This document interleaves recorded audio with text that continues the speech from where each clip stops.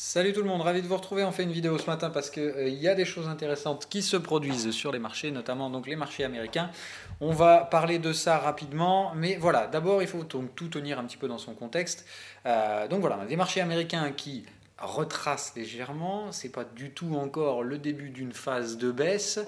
On va même voir un peu en termes de rotation, enfin en termes de positionnement sectoriel au sein des indices américains, qu'est-ce qui se passe? Et c'est plutôt du coup une rotation sectorielle qui se met en place là à l'instant, plus que réellement un signal de baisse.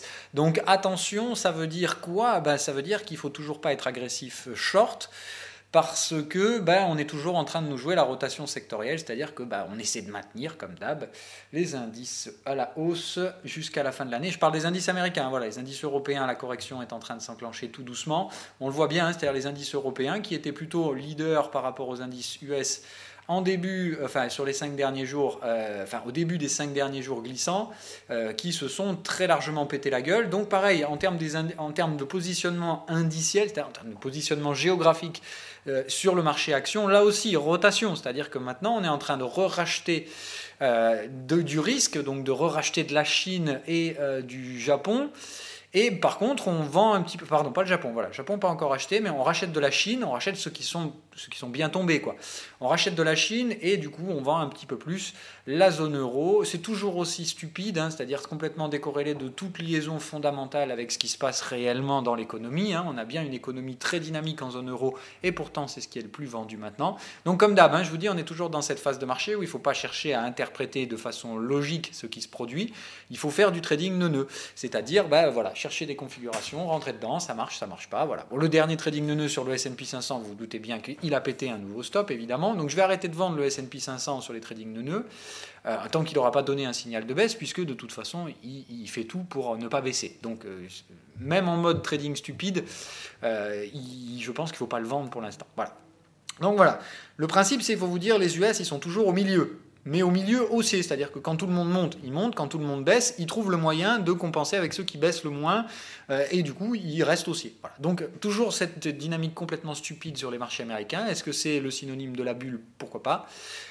Pour moi, je pense qu'il faudra aller un peu plus loin encore pour vraiment s'ancrer dans la bulle, maintenant que le tax plan est passé.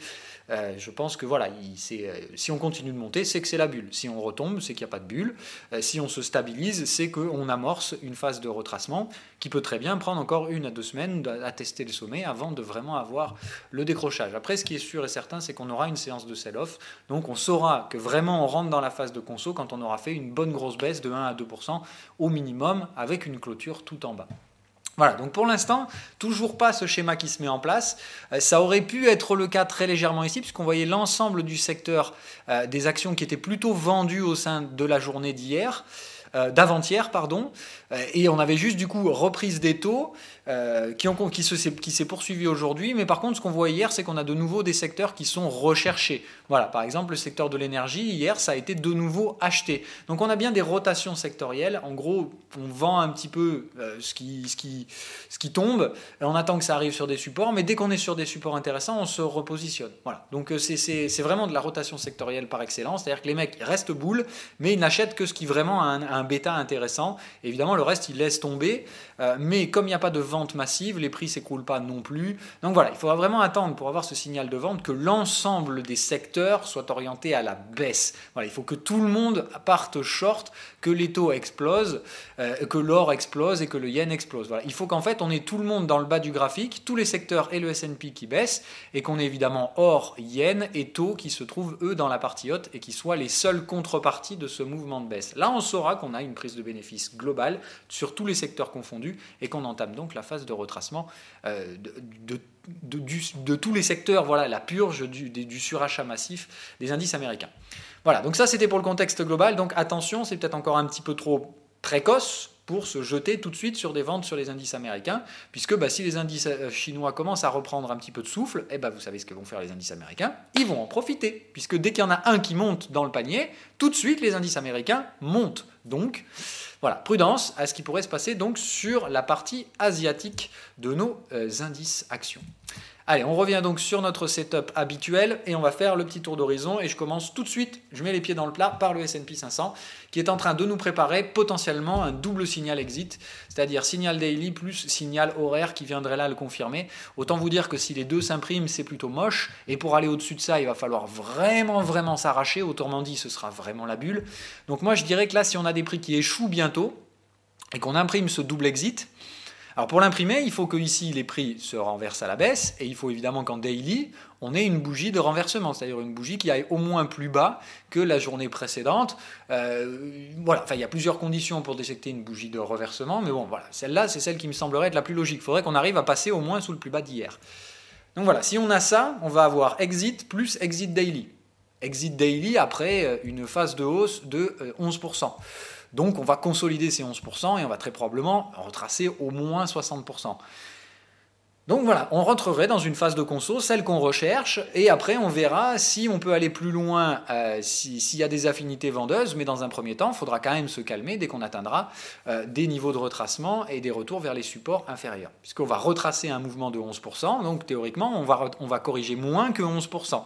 On ira peut-être au-delà de ça si jamais je vous dis ça se durcit un petit peu, mais théoriquement, rappelez-vous les objectifs de baisse sur le S&P 500, c'est de retrouver 23 et accessoirement de racheter vers les 38% de baisse.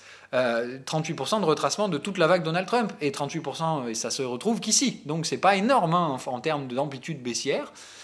Donc voilà, on est dans les clous de ce qu'on recherche, une baisse entre grosso modo 7 et 10% et peut-être un petit peu plus si on a vraiment un vrai contre-pied sur le tax plan, mais en l'occurrence c'est ce qu'on recherche. Donc voilà, là on a des signaux qui commencent à confirmer l'entrée. On est bien divergent en termes de momentum, c'est très léger et attention, on est donc toujours sur un écart type 20 périodes qui est au-dessus du 50, donc on peut encore avoir des mouvements haussiers violents, brutaux, très méchés, très impulsifs, donc prudence, ça veut dire qu'il faut mettre des stops larges, donc il ne faut pas mettre trop de levier, voilà ce que ça veut dire.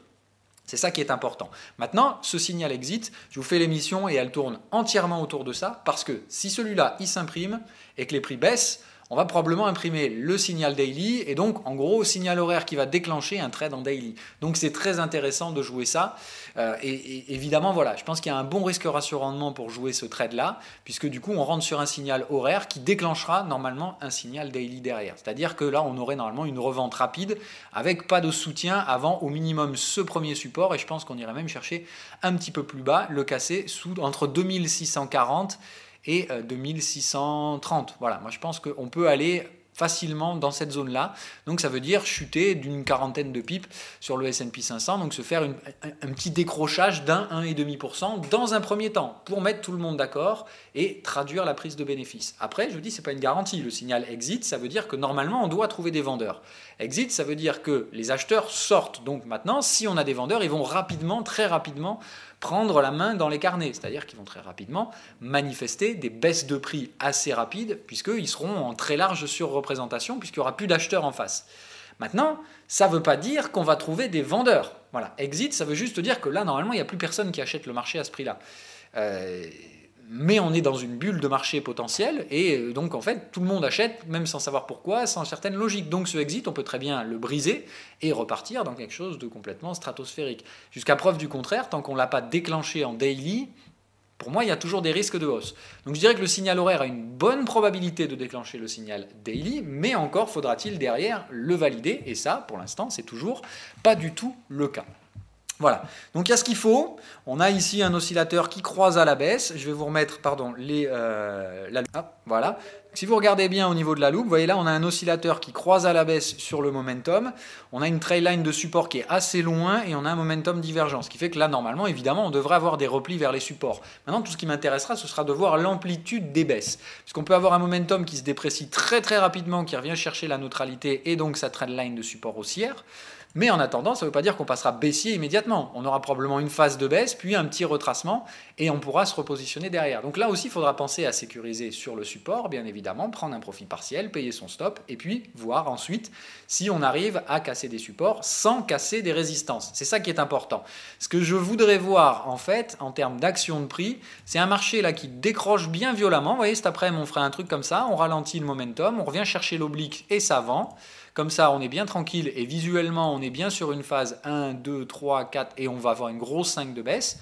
Ça peut être intéressant d'avoir un truc comme ça. Voilà, une grosse phase de baisse, on la dirige jusqu'à ce qu'on a dit, enfin vers la zone qu'on a identifiée.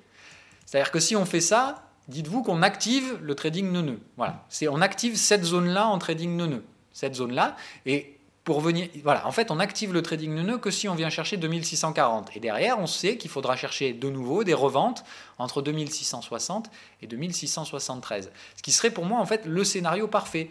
On chute, on vient activer le trading neuneux, donc le début de la phase de retracement de toute cette phase de hausse, qui est la dernière en date, celle par laquelle on doit commencer. Et direct derrière, on peut avoir un retracement, du coup, à l'intérieur, dans notre zone. Voilà, retracer tout simplement à l'intérieur de cette zone, trouver une nouvelle vente. Et là, celle-là, on pourra la prendre avec un petit peu plus de levier, en ayant gardé des positions latentes de ce short-là et en remettant ici. Mais payé par le TP qu'on aura déclenché ici. Et on aura un stop qu'on pourra placer au-dessus du exit.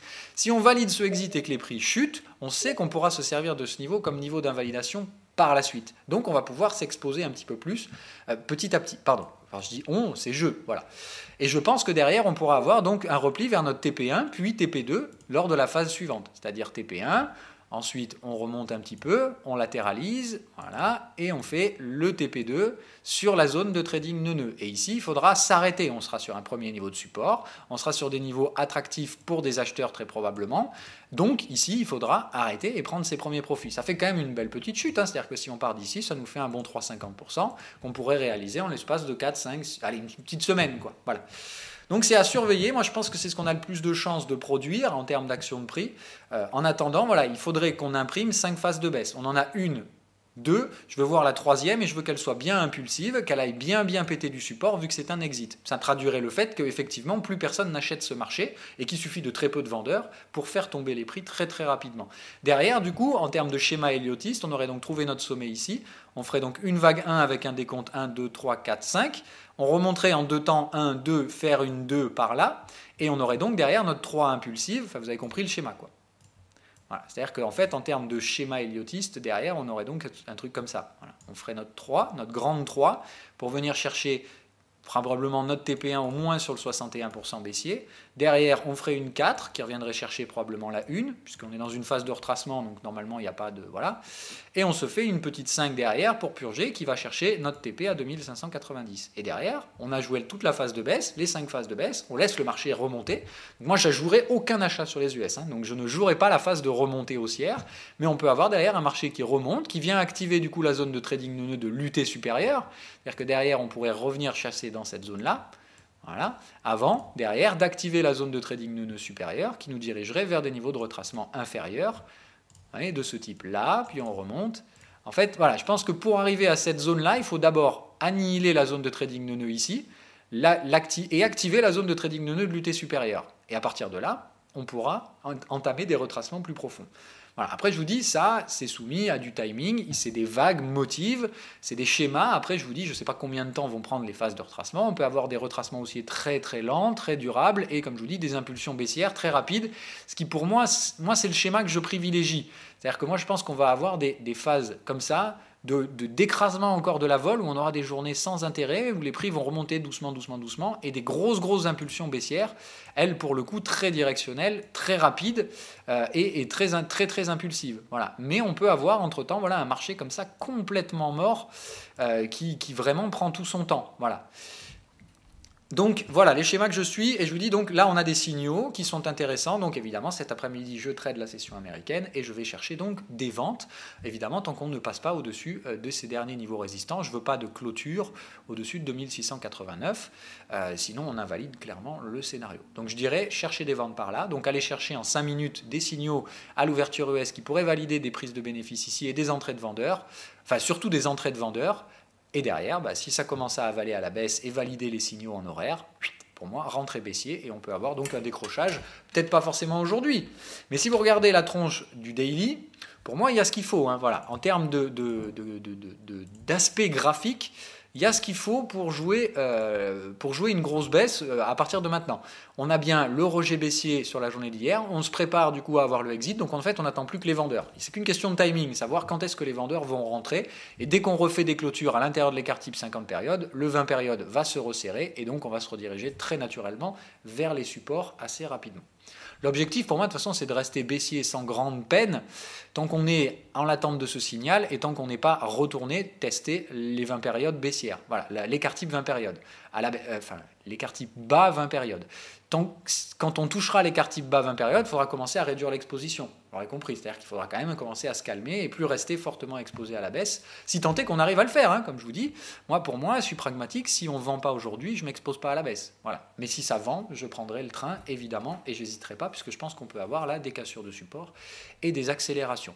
On est en train de retrouver les moyennes à 200 jours, ce qui fait qu'on peut très très facilement maintenant essayer de basculer en dessous. Aujourd'hui ou demain, voilà, on peut très bien aujourd'hui tenir et essayer de rester le plus haut possible et se garder ça plutôt pour le milieu, fin de semaine, c'est tout à fait possible. Ce qui est important par contre, c'est évidemment d'essayer de tenir une clôture hebdo qui soit plutôt baissière, puisque si on se passe en weekly, je vais mettre en pause. Voilà, bon, voilà, c'est bon, on y arrive.